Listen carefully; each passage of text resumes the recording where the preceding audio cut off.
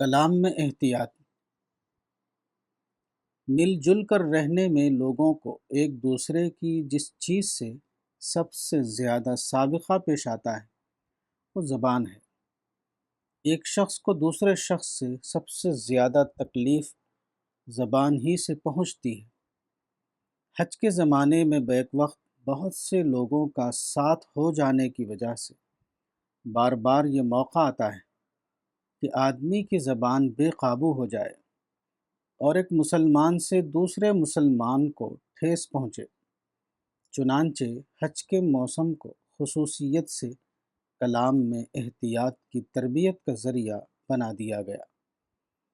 زبان سے کسی کو تکلیف پہنچانا عام دنوں میں اسلامی اخلاقیات کا ایک جز ہے، مگر حج کے دنوں میں اس کو اسلامی عبادات کا لازمی جز بنا دیا گیا تاکہ لوگ زیادہ سے زیادہ اہتمام کر کے اپنے آپ کو اس سماجی برائی سے بچائیں۔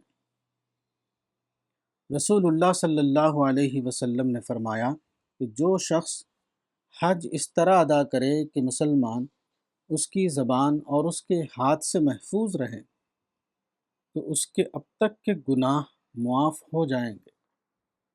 قرآن میں ارشاد ہوا ہے، حج کے چند معلوم مہینے یعنی شوال، ذی قعدہ، ذی الحجہ ہیں۔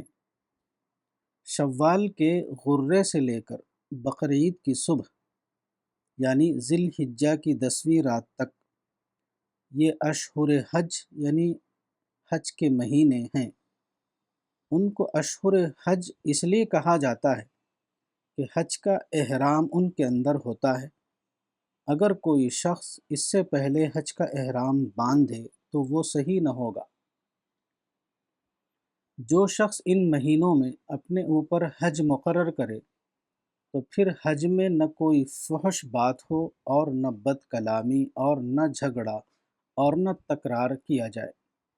بقرہ 197۔ زبان سے دوسروں کو تکلیف پہنچانے کی یہی 3 خاص صورتیں۔ آدمی فحش باتیں اپنی زبان سے نکالتا ہے جو دوسروں کے لیے دل خراشی کا باعث ہوتی ہیں۔ وہ دوسرے کو برے الفاظ سے یاد کرتا ہے اور اس کے بارے میں نازیبا کلمات بول کر اس کو بے آبرو کرنے کی کوشش کرتا ہے۔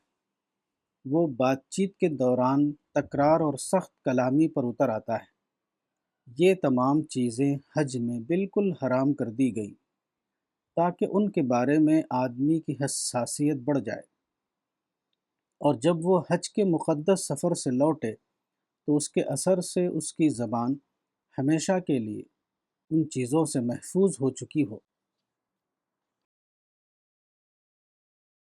کتاب حقیقت حج، مولانا وحید الدین خان، صفحہ نمبر 99۔